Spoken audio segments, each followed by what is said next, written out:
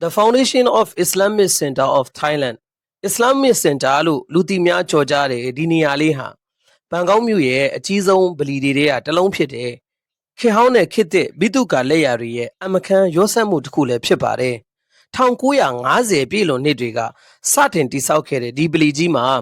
ရိုးရာအစ္စလမ်ဘိတုကာရဲ့အရေးအယောင်တွေကိုခင်မီတဲ့ဒီဇိုင်းနဲ့လှပစွာပေါင်းစပ်ထားပါတယ်ဒီအဖြူရောင်ပြီးမှန်လိုင်းကြီးတွေကတန်ရှင်းမှုနဲ့စင်ကြယ်မှုကိုကိုစားပြုပါတယ်ဒီဗလီဟာဘိတုကာလက်ရာတွေအပြင်အရေးပါတဲ့ယဉ်ကျေးမှုဆိုင်ရာစုံမှတ်တစ်ခုလည်းဖြစ်ပါတယ်ဘာသာရေးသင်တန်းတွေဘာသာစကားသင်တန်းတွေ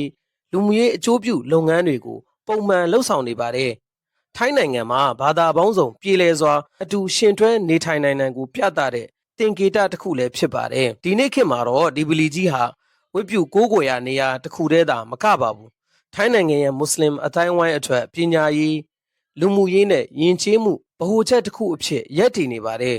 ဒီနေရာကိုရောက်လာတဲ့ဧည့်သည်တိုင်းဟာအစ္စလာမ်ယဉ်ကျေးမှုရဲ့ငြိမ်းချမ်းမှုနဲ့နှက်ဆိုင်မှုကိုတစ်စိတ်တစ်ပိုင်းခံစားရမှာအမှန်ပါပဲပလီကြီးရဲ့အောက်ထပ်မှာတော့အဖိုးတန်စာအုပ်တွေထိုင်းနိုင်ငံရဲ့ယဉ်ကျေးမှုတွေအစ္စလာမ်သမိုင်း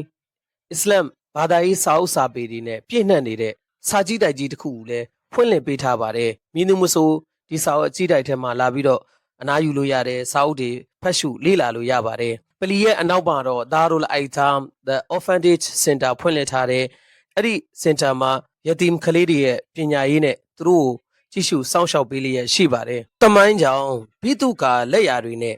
ဝိညာဉ်ရေးရာတန်မိုးတွေကိုတနေရာထဲမှာပေါင်းစပ်ထားတဲ့ဒီနေရာလေးဟာဘန်ကောက်မြို့ရဲ့စုံလင်တဲ့ယဉ်ကျေးမှုမျက်နှာစာကိုထင်ဟပ်စေတဲ့မှန်တစ်ချက်ပါပဲခင်ဗျာ။